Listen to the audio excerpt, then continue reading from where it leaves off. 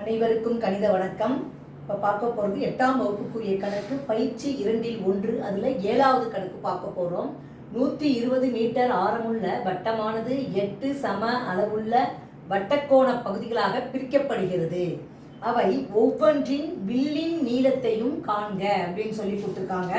கொடுக்கப்பட்ட கணக்கு வட்டத்தின் ஆரம் முதல்ல R = 120 மீட்டர்.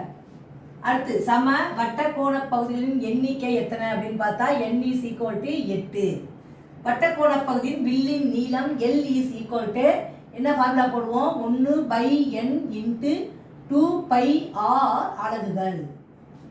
அப்ப L = 1/n என்பது 8 2 × π அப்படியே போட்டுக்கிறோம் r என்பது ஆரம் 120 மீட்டர்.